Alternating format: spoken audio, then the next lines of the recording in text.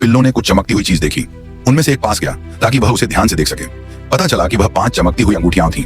इससे पहले कि वे कुछ समझ पाते, वे अंगूठियां धीरे धीरे हवा में तैरने लगीं और आकर हर पिल्ले की गर्दन में खुद ही फंस गईं। उसी पल से हर पिल्ले को एक अलग सुपर पावर मिल गया।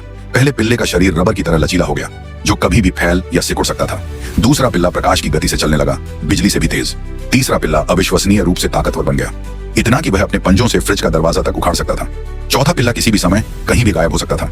और पांचवां सबसे शक्तिशाली पिल्ला अपने दिमाग से किसी भी वस्तु को हिला सकता था, यहाँ तक कि खुद को भी।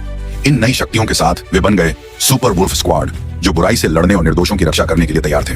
एक दिन उन्होंने देखा कि एक बिल्ली का बच्चा पेड़ में फंसा हुआ है। सुपर स्ट्रॉन्ग पिल्ला तुरंत मदद के लिए दौड़ा और पूरे पेड़ को एक झटके में गिरा दिया। हालांकि पेड़ गिरने से एक पुलिस कार दब गई, लेकिन उन्होंने बिल्ली के बच्चे को बचा लिया। पुलिस के पहुंचने से पहले ही पिल्ले वहां से भाग गए।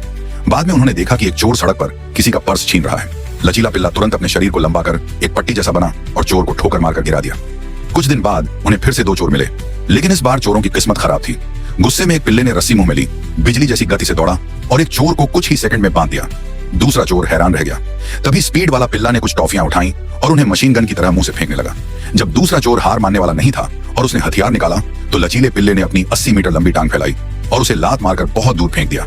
चोर जैसे ही भागने लगा, अदृश्य पिल्ला अचानक सामने आ गया और टकराकर उसे गिरा दिया। फिर टेलीकाइनेटिक पिल्ले ने हवा में चॉकलेट सिर्फ उठाया और दोनों चोरों पर डाल दिया, जिससे वे कैंडी मैन बन गए।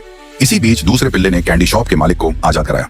सुपर वुल्फ स्क्वाड धन्यवाद का इंतजार किए बिना वहां से चुपचाप निकल गए, लेकिन उन्हें यह नहीं पता था कि उनकी चमकती शक्तियों की ऊर्जा ने पहले ही एक अंधेरे शासक का ध्यान आकर्षित कर लिया था, जो उस समय अपने स्पेसशिप से पृथ्वी की ओर बढ़ रहा था।